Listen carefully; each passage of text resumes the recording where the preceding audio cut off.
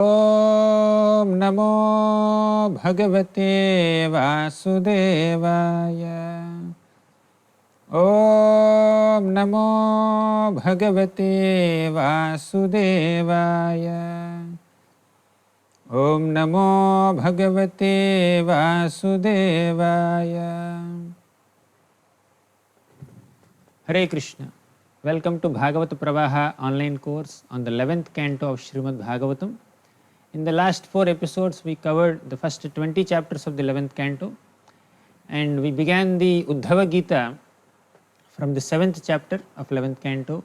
And so far in Uddhava Gita, we have seen how Krishna elaborated on the section of 24 gurus, and after that, Krishna also spoke about conditioned souls and liberated souls and the path of disentanglement from this material world. And Krishna also spoke the teachings of Hamsavatar to the 4 Kumaras. And Krishna also spoke that karma, then jnana or sankhya, then ashtanga yoga, various mystic perfections that one can attain by practicing this ashtanga yoga. And we have also seen Krishna's opulences in the 16th chapter. In the 17th, 18th chapters, we have seen how Krishna described this varnashrama system and various rules and regulations to be followed by people of different varnas, brahmanas, kshatriyas, vaishyas and sudras. And we have also seen the duties and behavior of people in different ashramas, brahmachari, vanaprastha, grahastha and sannyas ashramas.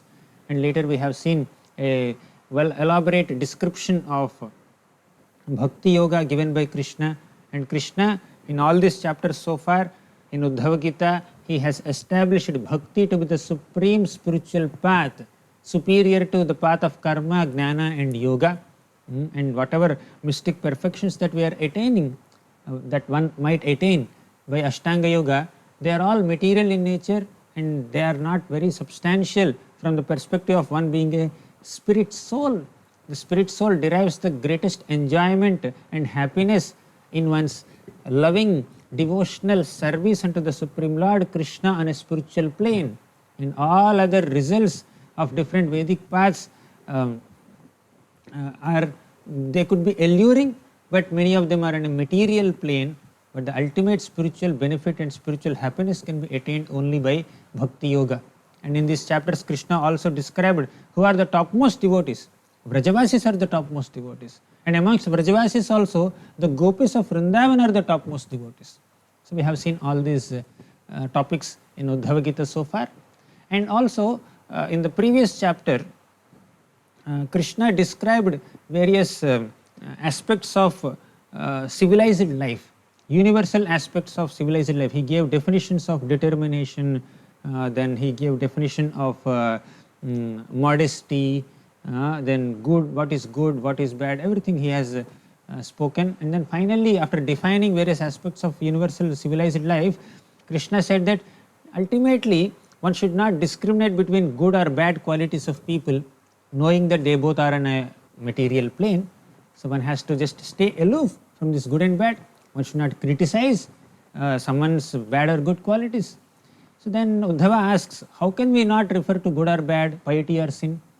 Because good and bad, discriminating between good and bad is given in the Vedas, which are your own words and prescriptions and prohibitions, what is auspicious, what is inauspicious, what is good and what is bad is mentioned in the Vedas. How can we not refer to them?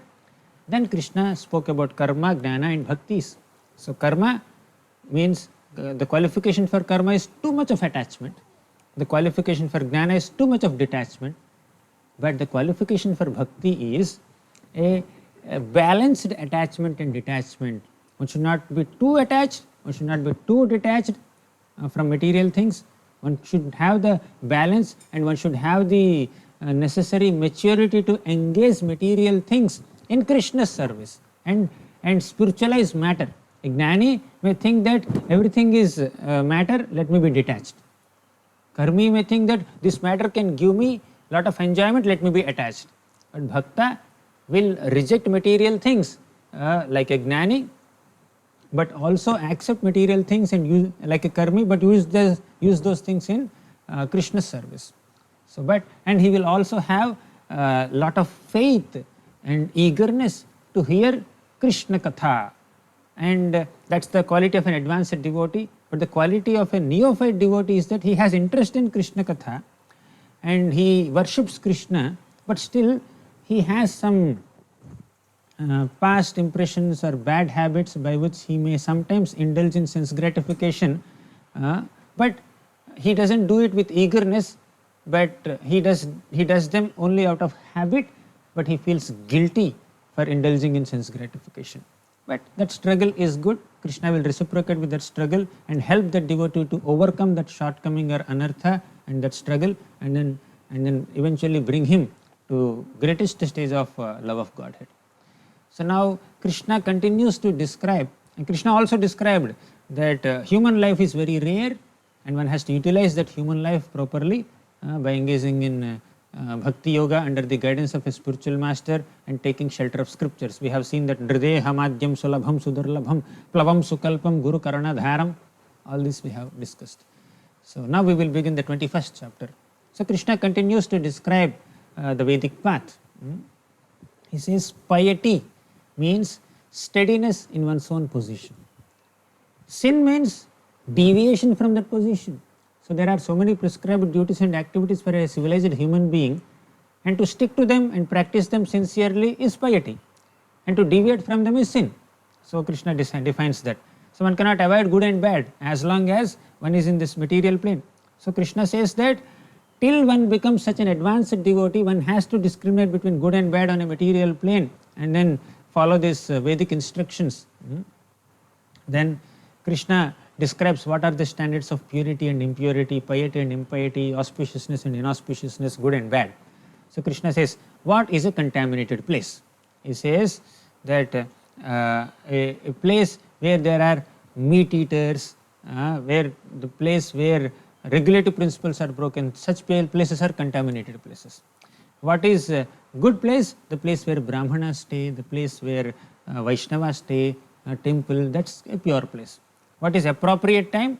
So time which is very suitable for spiritual activities and which is very conducive for achieving suitable paraphernalia for good activities, that is appropriate time. And inappropriate time is time which impedes the performance of one's duty, that is inappropriate time, inauspicious time. Then objects and agents for purification, then standards for purification, personal purification by bathing or meditating on the Lord. So like that Krishna describes various standards of purity and purification. So path of liberation is by refraining from material enjoyment, one will be freed. That's the path of liberation. And path of fall down is just like trees are cut down by conditioned souls sometimes. So conditioned souls are cut down by the laws of natures. So now a human being may cut a tree because tree is helpless, but the laws of nature will cut down the human being also. Human being cannot stay within the human body for a long time. He can stay only as long as his karma allows him to be so. So a human being, a conditioned soul, may accept sense objects, he may get attached, he may become lusty, he will quarrel, and he becomes angry if his lust is not satisfied.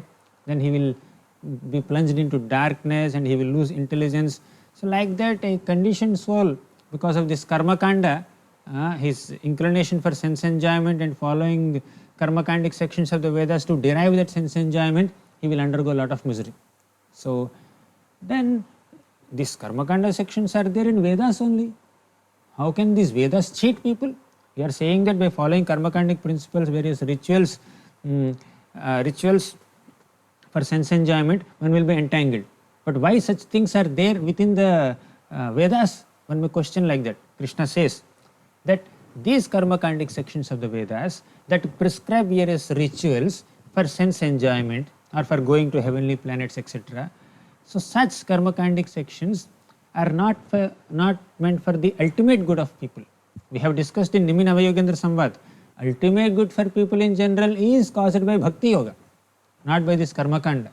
So it's not for ultimate good, but they have their utility to entice common people to attract the attention of materialistic and selfish people who have no inclination for spirituality. These karmakandic sections are mentioned in the Vedas so that if a human being, if a conditioned soul aligns oneself with these karmakandic sections and regulates his sense enjoyment, eventually he will develop some intelligence to understand that why am I regulating sense enjoyment? Because it is bad.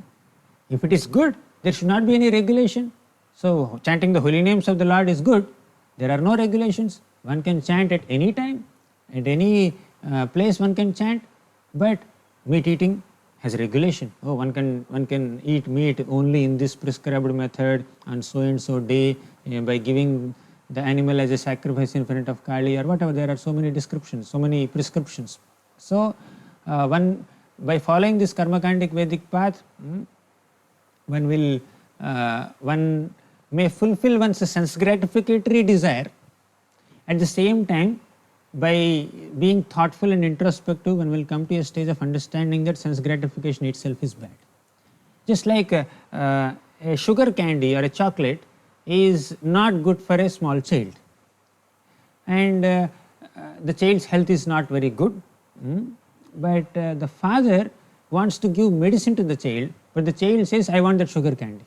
So father may sometimes give a chocolate to the child, although it is not very good for the child, so that the child can take medicine. Otherwise the child is so adamant that he is not taking medicine at all. If you give me chocolate, then only I will take medicine. The child may think like this. So then father may give a sugar candy just to give medicine to him. Or father may mix, the mother may mix some sugar within the bitter medicine and then give it to the child. Or within a sweet, they may just insert the medicine tablet and then give it to the child, something like that. But medicine is very important for the child. So similarly, some sense gratification may be allowed according to certain Vedic sections, but ultimately to educate the conditioned soul that this is not good for you. That's why we are regulating it. So all these things Krishna describes. And in the 22nd chapter, we completed 21st chapter. We gave a quick summary of 21st chapter. We'll enter the 22nd chapter. So in the previous chapter, Uddhava understood the meaning of Karma Kanda. He said, okay, Karma Kanda, I understood the purpose of Karma Kandic sections of the Vedas. What about Gnana Kanda? Uddhava has this doubt. So Krishna describes Gnana Kanda or Sankhya within the 22nd chapter.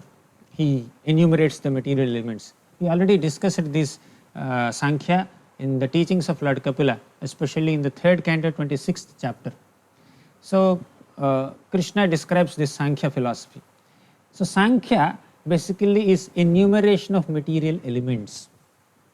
There are so many material elements. We have seen in the creation chart that so many material elements manifest. We will see that again.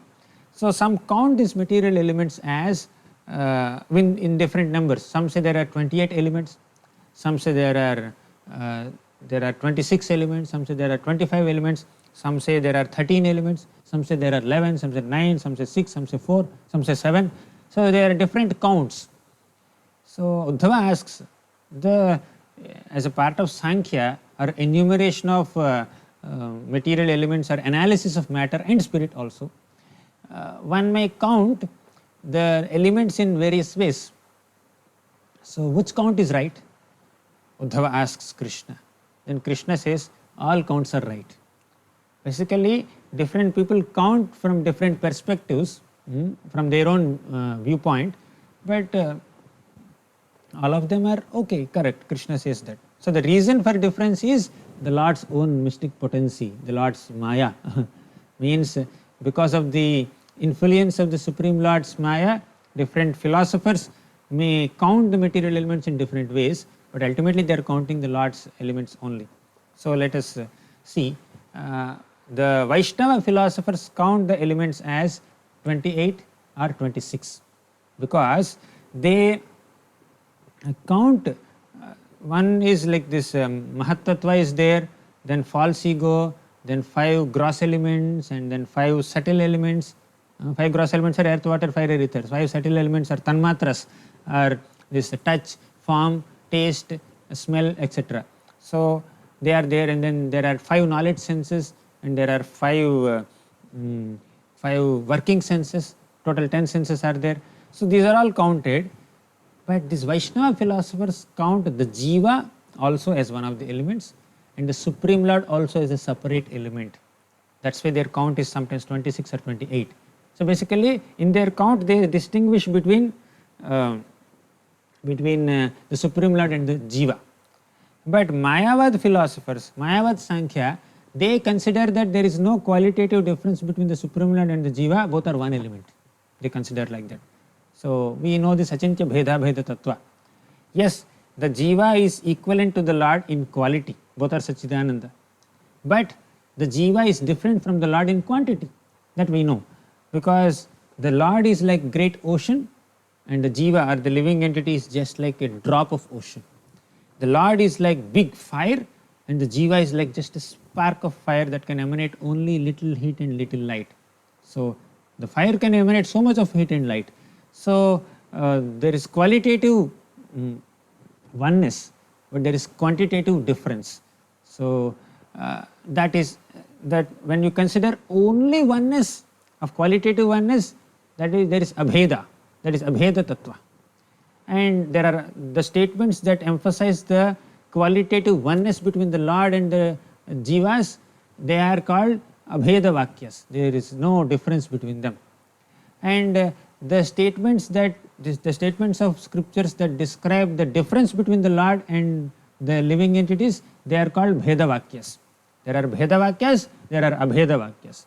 Bheda vakyas describe that the Lord and the living entities are different, and abheda vakyas describe the Lord and the living entities are same.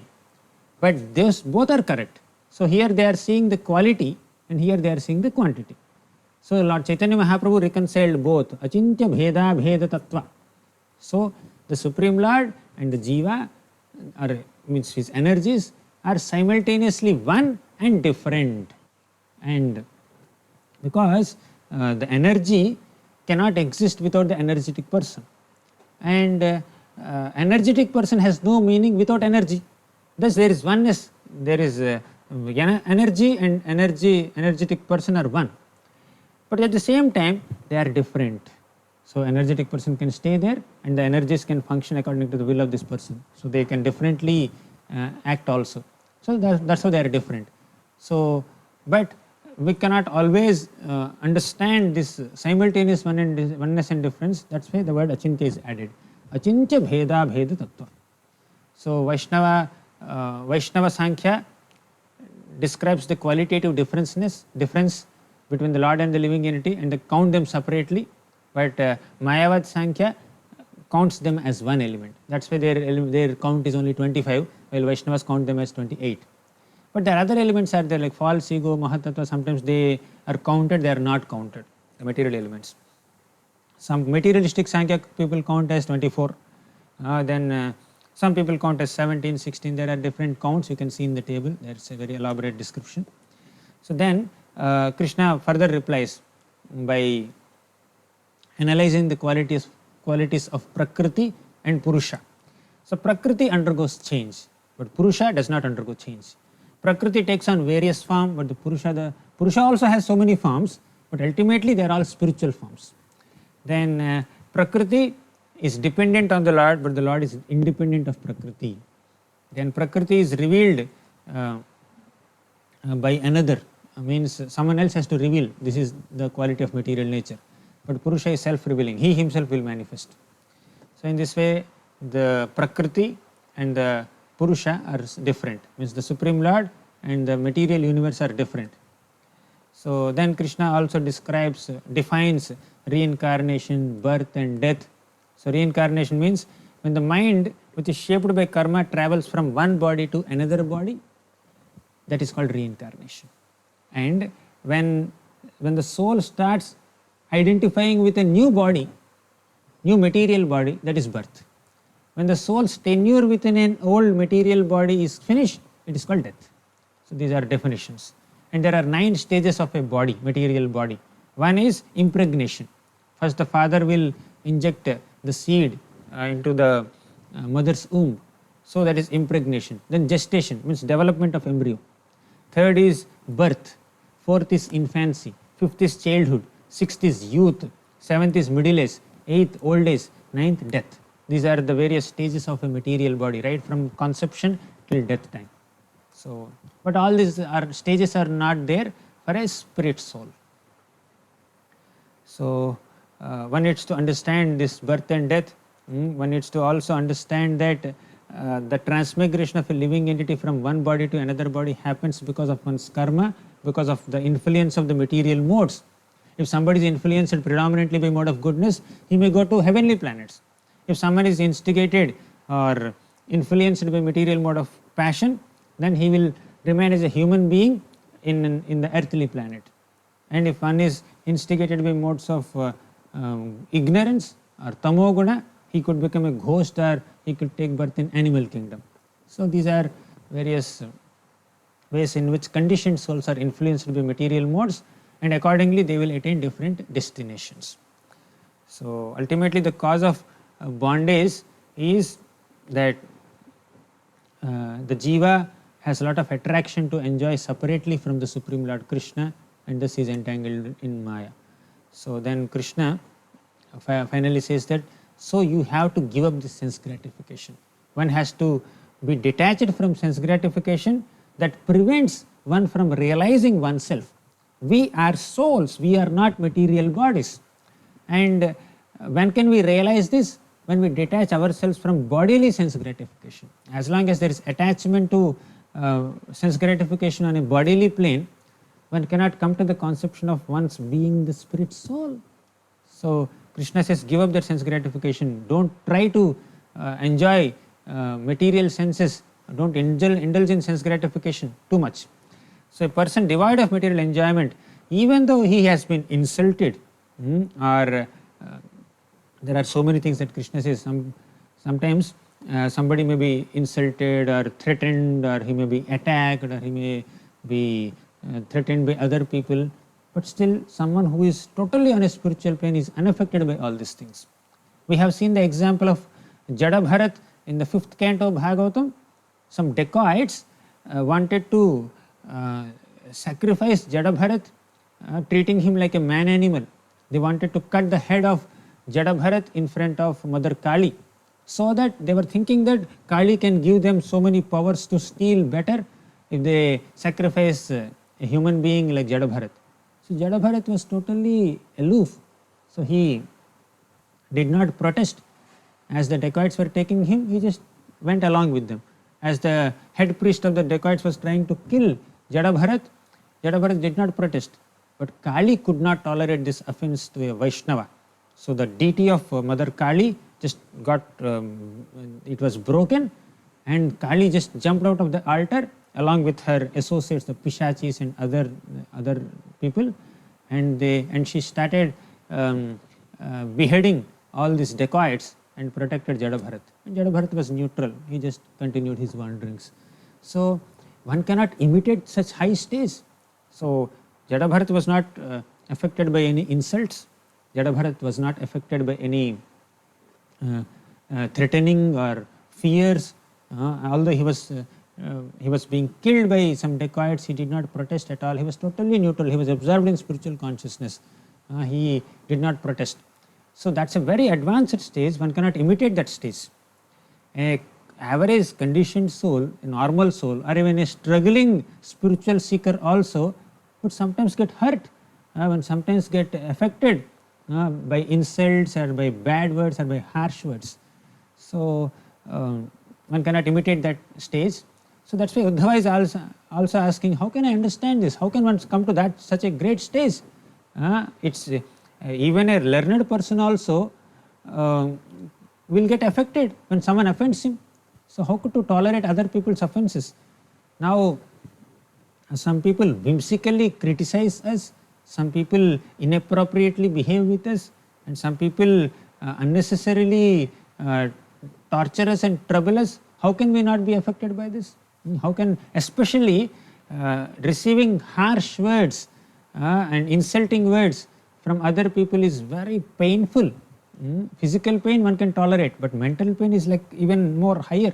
So how to tolerate all that? How can I understand this? Uddhava asked like this. Then in the 23rd chapter, Krishna speaks the story of Avanti Brahman. He says that there is one story of a great Brahmana from the kingdom of Avanti.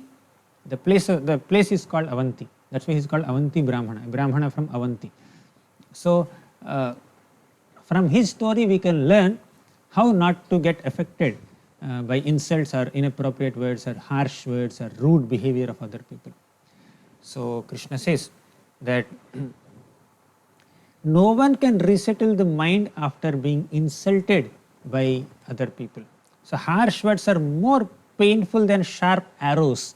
So, physical pain definitely is troublesome, but sometimes words are much more painful than arrows.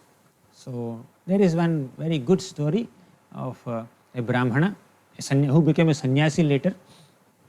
We can learn from his detachment. So, Krishna speaks. Once there was a rich Brahmana. This Brahmana is very rich.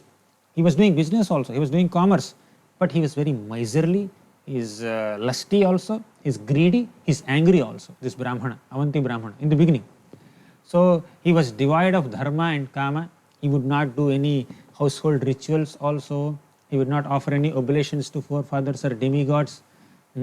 His family became very disgusted with him. They became even inimical towards him. And even the presiding deities of his family, they also became angry with him. He is not offering any puja. And he lost all his piety. Gradually, this rich Brahmana lost all his wealth also eventually.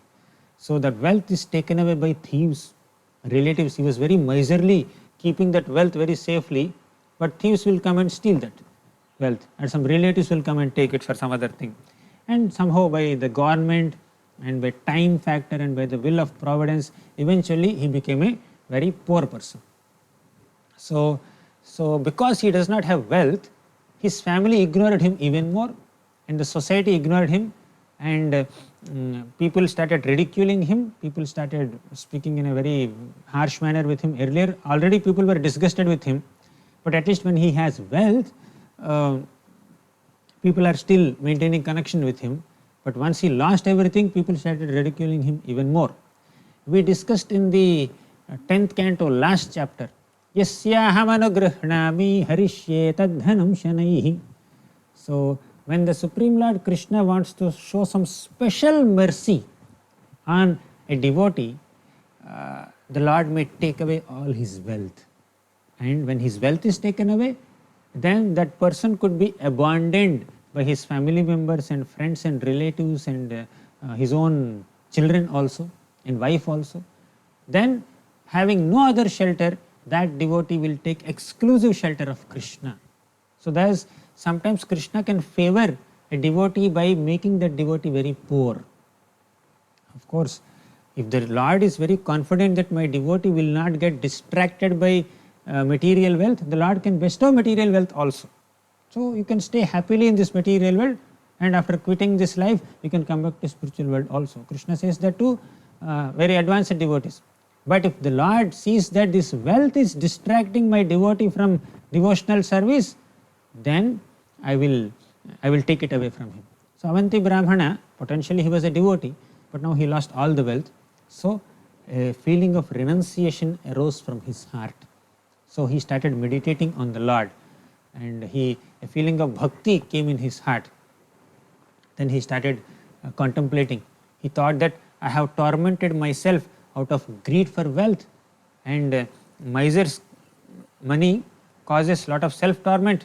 All my good qualities have been destroyed by my miserliness and greed. And he says in the 17th shloka, Arthasya sadhane siddhe utkarshe rakshane vyayem nasopabhoga ayasaham trasas chinta bhramo nrinam.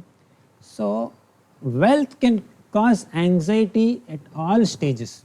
He says, Arthasya sadhane siddhe, while you are endeavoring to accumulate wealth, means while attaining the wealth, while expanding that wealth, increasing that wealth, while protecting that wealth, while spending that money, and while losing that money, while enjoying that money, in all these stages there is anxiety.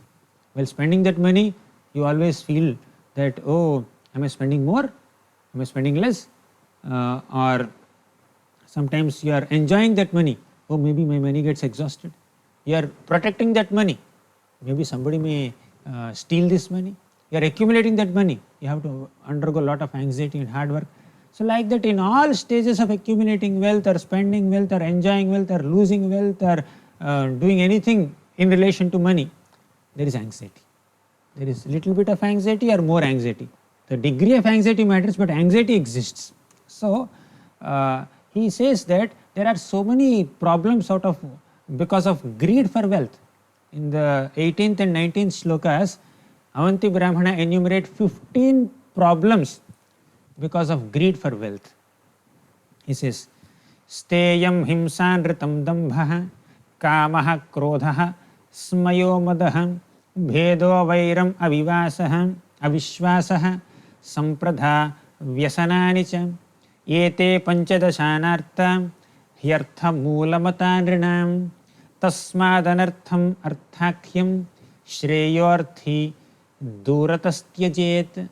So in these two shlokas, Avanti Brahmana enumerates 15 kinds of problems because of greed for wealth. He says Steyam, theft. Himsa means violence. Anritam means speaking lies, untruth. Then Dambha. Dambha is pride or duplicity. Kama, lust. Then Krodha, anger. Smaya, perplexity. Then Mada, pride. Then Bheda means quarreling. And Vairam, enmity. Avishwasa, faithlessness. Then Sampradha, Vyasananicha, then many other things. Faithlessness, envy, and dangers caused by opposite gender, gambling, intoxication. So all these things will manifest in a person who is very greedy for wealth. So if you are greedy, sometimes one can become untruthful. If one is greedy, one can even steal from others. If one is greedy, one could become violent also to accumulate money. So greed for wealth can bring 15 kinds of problems. So one should remain aloof. Shreyo arthi duratastyajet. Duratastyajet. The realization of Avanti Brahmana is, let me stay away from wealth. So he had to undergo the experience of losing wealth to get detached from wealth. So a feeling of renunciation and detachment and devotion also arose in Avanti Brahman. You can see the next slide, 20 and 21 shlokas. In these two shlokas, Avanti Brahman says, for one single coin, whether it is rupee or dollar or whatever may be the currency, for one single coin, gold coin or silver coin, whatever may be the currency, relatives can become enemies. Thick friends can become lifelong enemies also. That's the nature of material wealth.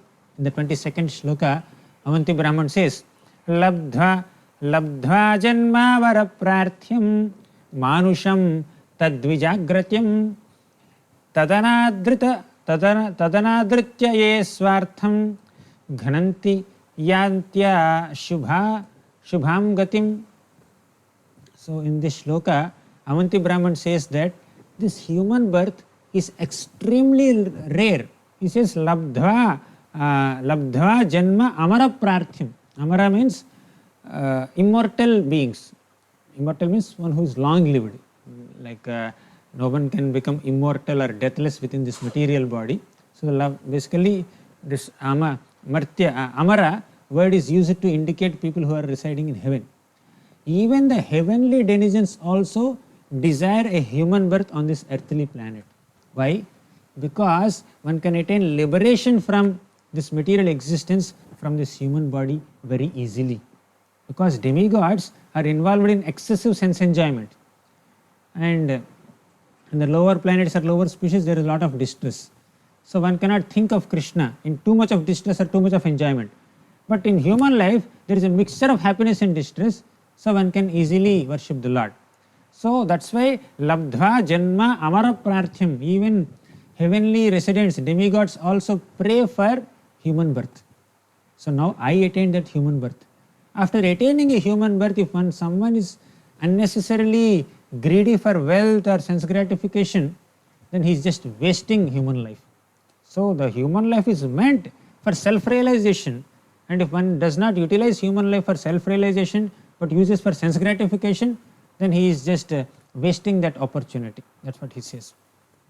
In the 23rd shloka, he says, Svarga pavarga yordvaram prapya lokam imam puman dravideko nushajjeta martyo anarthasya dhamani. So no one should get attached to material prosperity in a human life. Immortal being, he achieved human life, which is gateway for both liberation and entanglement. One can go to heaven, one can go to hell, one can go to spiritual world from this human form of life. So better of all these options is going to the spiritual world by performing bhakti. If one is greedy for material wealth, we don't know. One can be liberated, one can be entering animal species. So in this way, one should not waste human life, he says. Then one who does not distribute wealth to other people in a charitable manner, they may fall down also. So one should discriminate persons.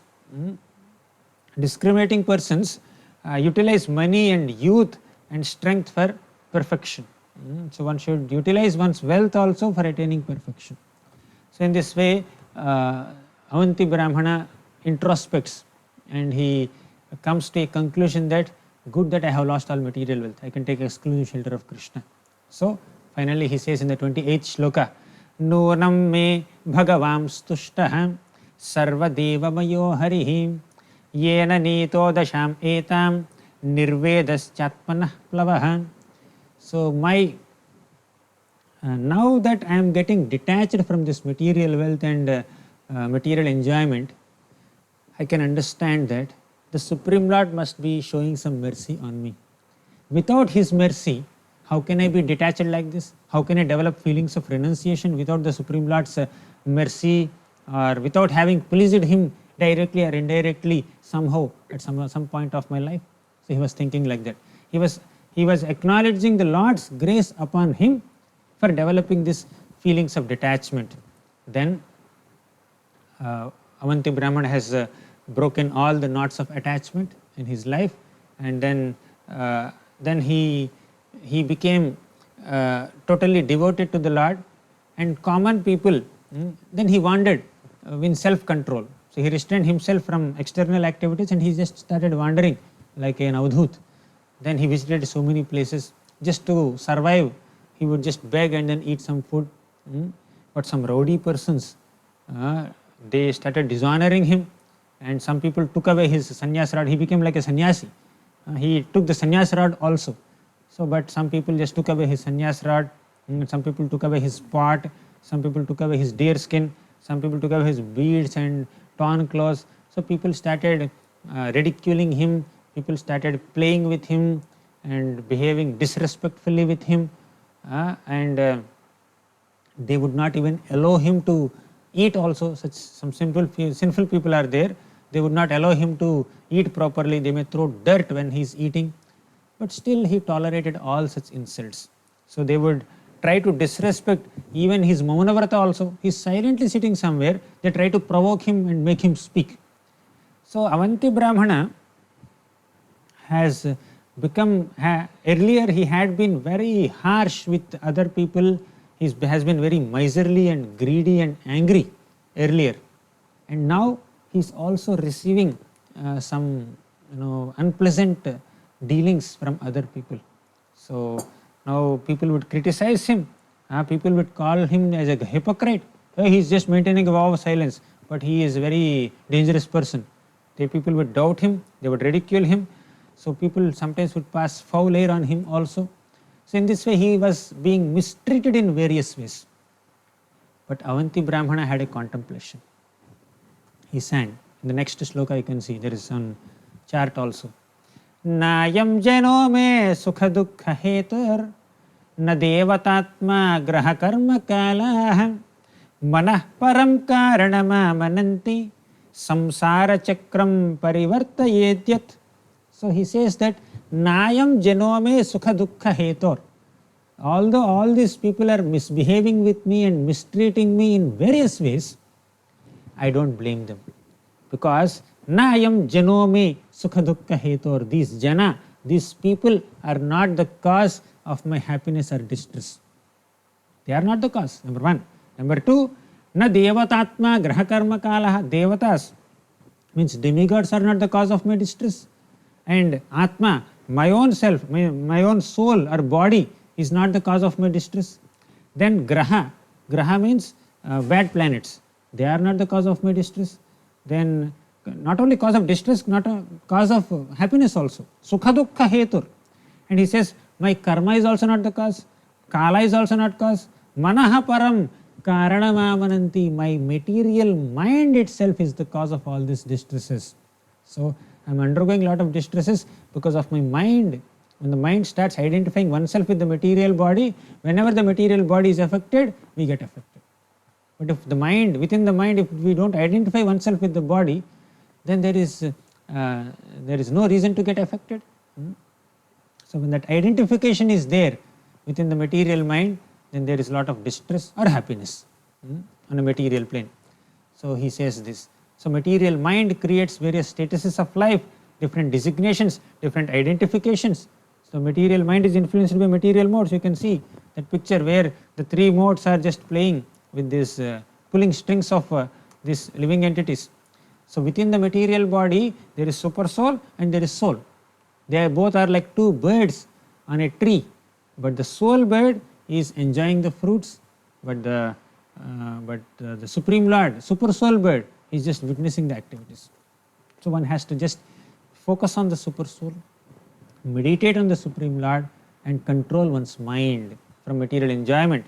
So it's very important to control the mind, because mind is very strong. Mind can cause liberation, mind can cause bondage also. So when one controls the mind, one can become master of senses, because we engage in so many material activities through our senses, and our sense indulgence will create a material impression in the mind, and that will increase our desire to indulge the senses in material activities again. So one has to control the mind. Then finally Avanti Brahmana declares his determination in devotional service through this beautiful shloka, 57th shloka. And even Lord Chaitanya Mahaprabhu, after taking sannyas, he chanted this shloka while attempting to go to Vrindavan. Etam sa asthaya paratmanishtham adhyasitam purvatamair maharshibhi aham tarishyami durantaparam tamo mukundang ghrinisheva yaiva. Etam sa asthaya paratmanishtha.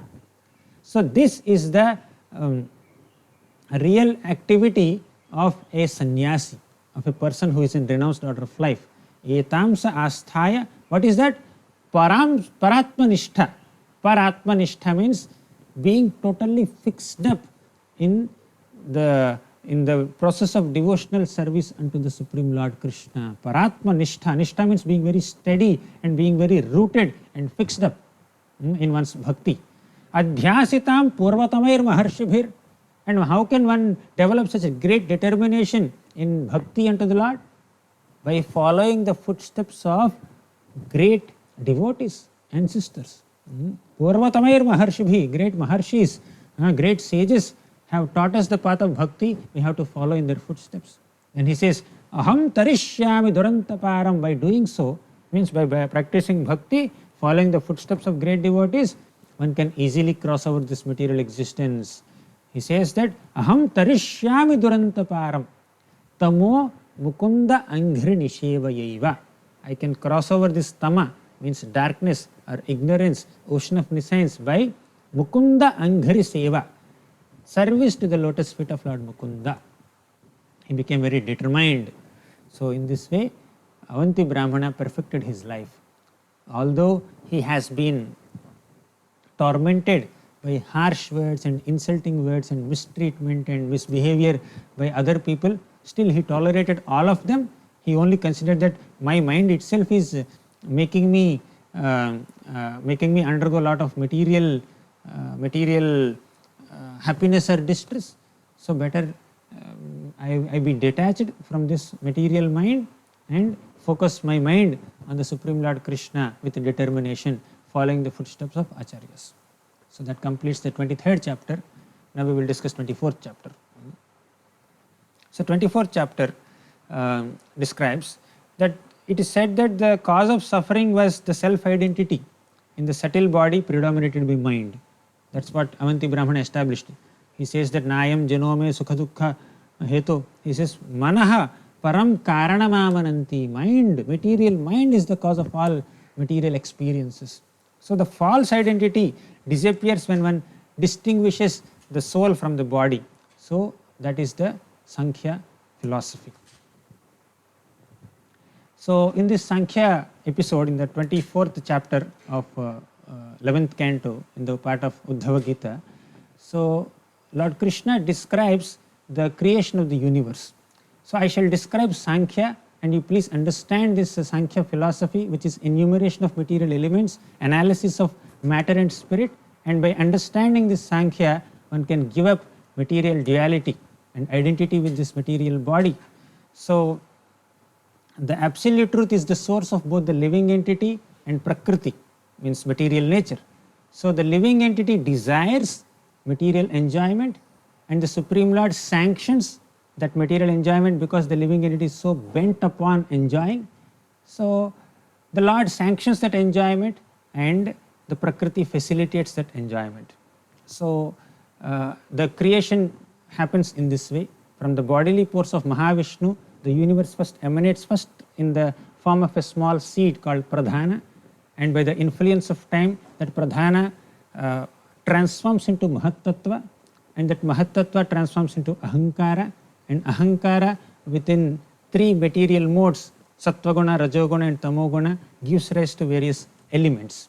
So the Ahankara within ignorance will give rise to 5 Tanmatras and the 5 material elements, earth, water, fire, air and ether, and Ahankara in mode of passion gives rise to the 10 senses and intelligence, and Ahankara in the mode of goodness gives rise to mind and the sense devatas or the demigods. So this is the process in which the material elements manifest, and then the Lord describes the qualities of all these material elements. And the destruction of this material world also happens in a different manner, so in the reverse manner. So the gross elements are merged into subtle elements, and eventually this whole material world is wound up within the Mahavishnu's body.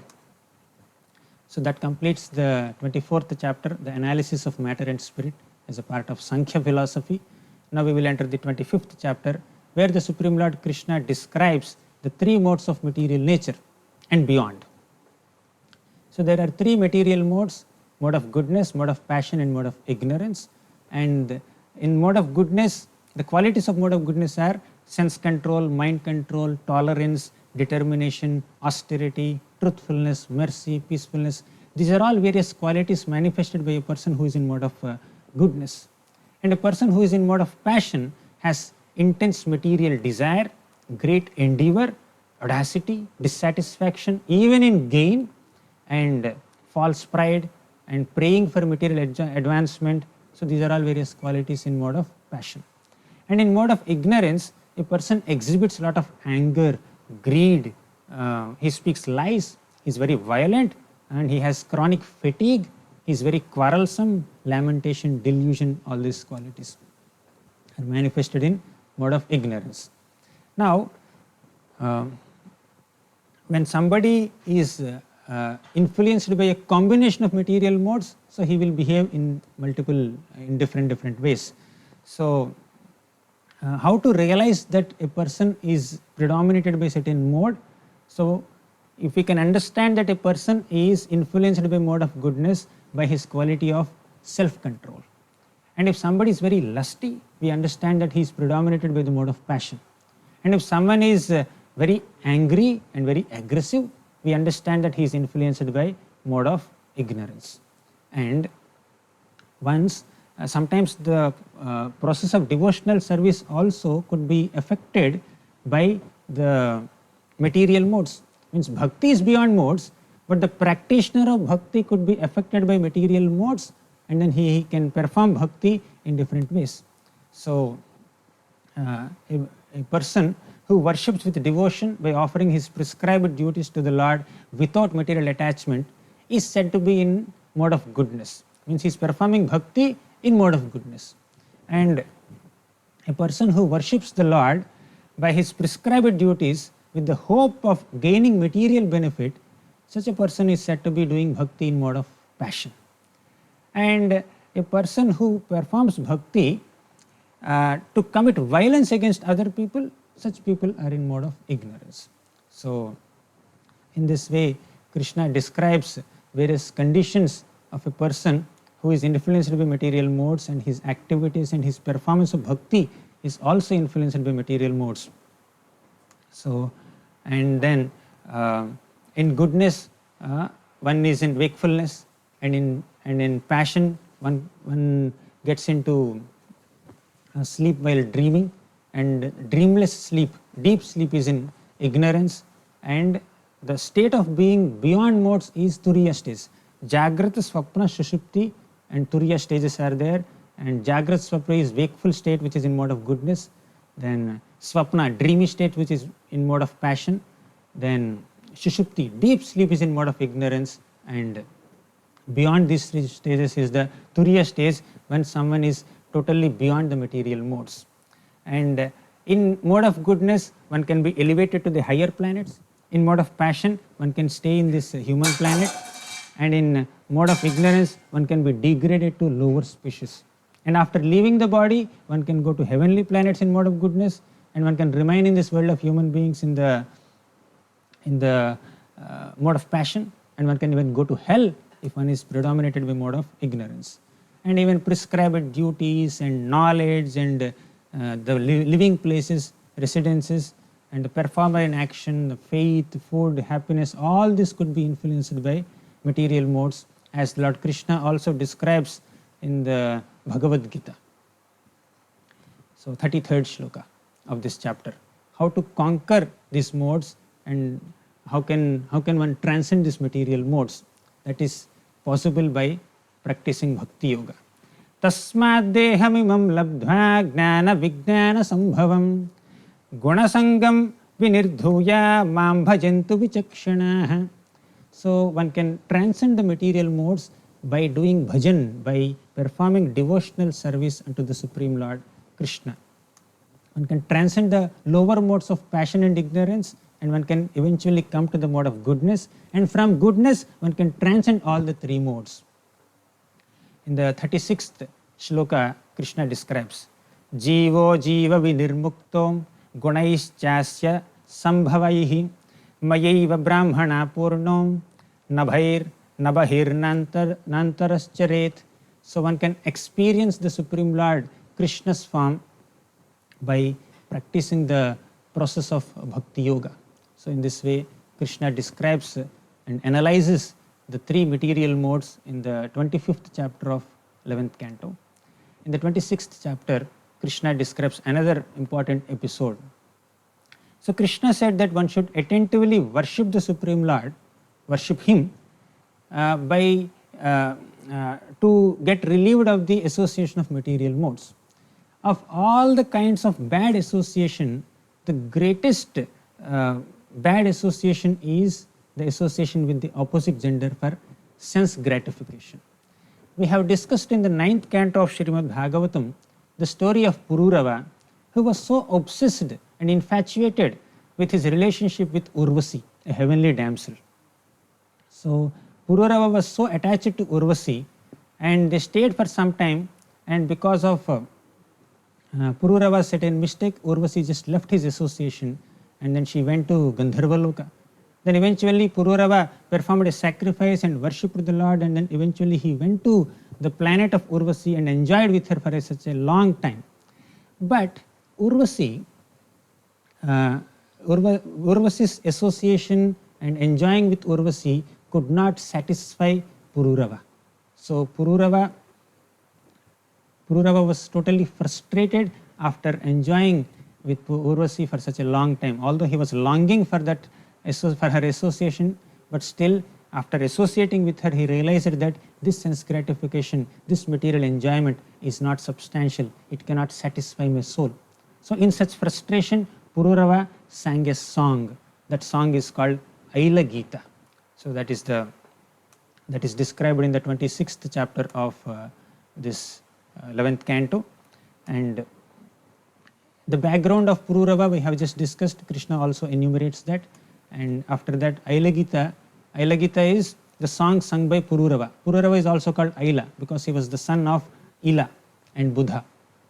So he says that I have been attached to this heavenly damsel Urvasi, and my heart has been completely polluted by lust, and I have wasted a lot of my valuable time. Although this Urvasi herself spoke about the nature of polluted women to Pururava, still he could not follow her advice. Still he was so obsessed and infatuated with attachment to her. So in the 8th shloka, Pururava says that she cheated me. I didn't notice sunrise and sunset because of my attachment to her. So although I was a Chakravarti, I am Naradeva Shikhamani, I am like the crushed jewel of all kings. I am a great emperor on this planet. Still, I was so attached to her. Although I am Naradeva Shikhamani, I am a Chakravarti, an emperor, still I have become like a pet animal, Kridamriga, a toy animal in the hands of Urvasi. And I have become like a blade of grass in front of this woman, just begging her for some sense gratification.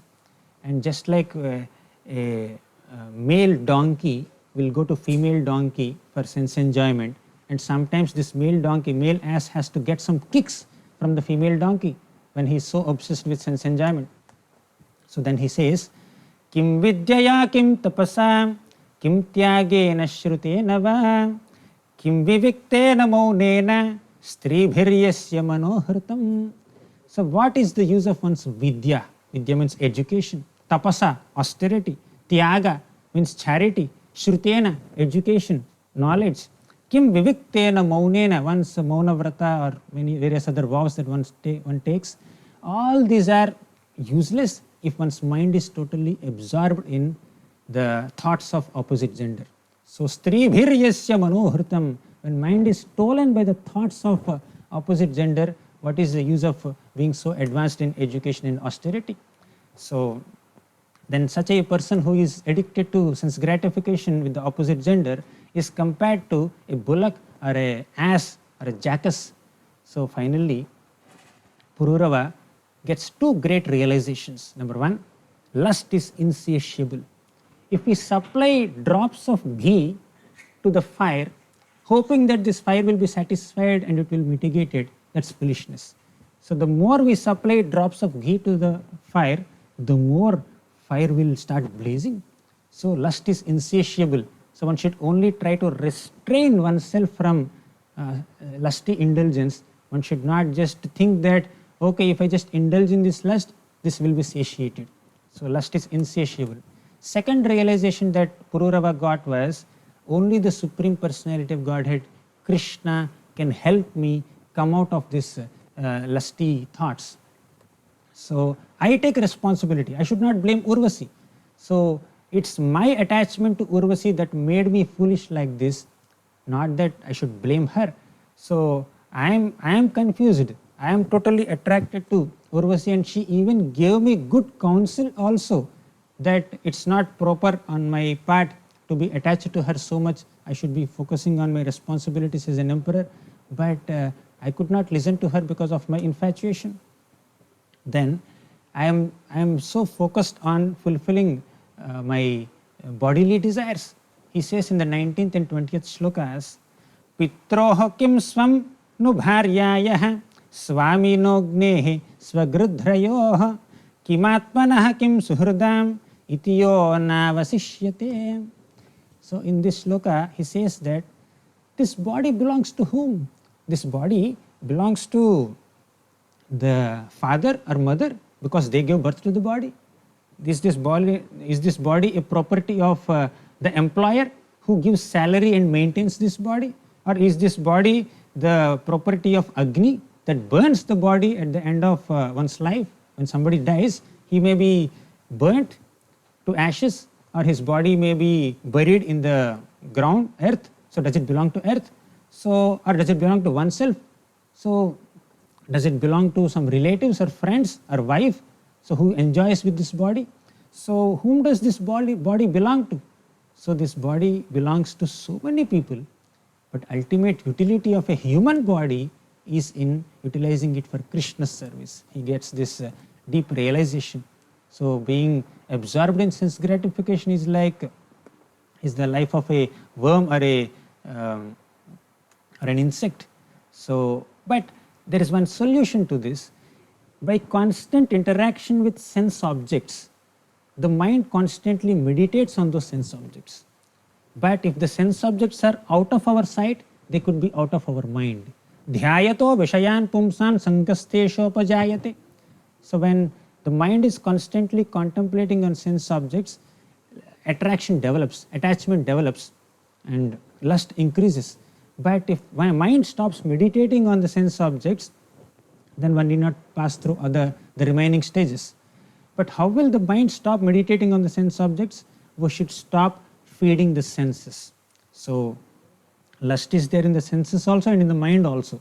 But if the senses are restrained from sense objects, then one can avoid having those lusty impressions in the mind. So out of sight, out of mind. So one can make the senses fast from sense gratification. That's a way of coming out of this material illusion. So, and one can transcend this sense gratification by taking association of devotees, and one should fix their minds on the Supreme Lord Krishna. So Krishna finally gives this solution. One should take shelter of Vaishnava Sangha, one should take shelter of Krishna's devotees, and one should faithfully hear Krishna's glories and chant Krishna's glories, and one can be completely out of this enemy of lust and sense gratification. These are the realizations of Aila. So by sincere hearing and chanting of the holy names of the Lord, and by sincere hearing of Krishna's pastimes, so one can purify one's heart of these contaminations of lust, envy, anger, pride and greed. In the second canto also there is a beautiful shloka. Pravishtaha karanarandhrena svanam bhavasaroruham dhunoti shamalam krishnaha salilasya yathasharat. Pravishtaha karanarandhrena. When the sound vibrations of Srimad Bhagavatam enter the ear holes of a sincere hearer, then Krishna will enter through the sound vibrations into the heart of such sincere hearer, bhavasaroruham, and he will sit in the lotus emotions of that heart of the devotee, and dhunoti shamalam Krishna. All the contamination of lust, envy, pride, greed, anger will be completely washed away by inviting Krishna into our hearts by hearing Krishna's stories, Srimad Bhagavatam. So nothing is more important than engaging in Bhakti Yoga, and devotees association is one of the most important aspects of the practice of Bhakti Yoga. So in this way Krishna describes Aila Gita. So today we have discussed Bhikshu Gita, the song of Avanti Brahmana, and Aila Gita, the song of Pururava, who was frustrated with his lusty affairs with Urvasi. And we have also described the qualities of modes of material nature. We have described Sankhya, the enumeration and analysis of material elements. So tomorrow we will discuss from the 27th chapter, that is deity worship. So thank you all very much. Granthara Srimad Bhagavatam ki jai, Srila Prabhupada ki jai.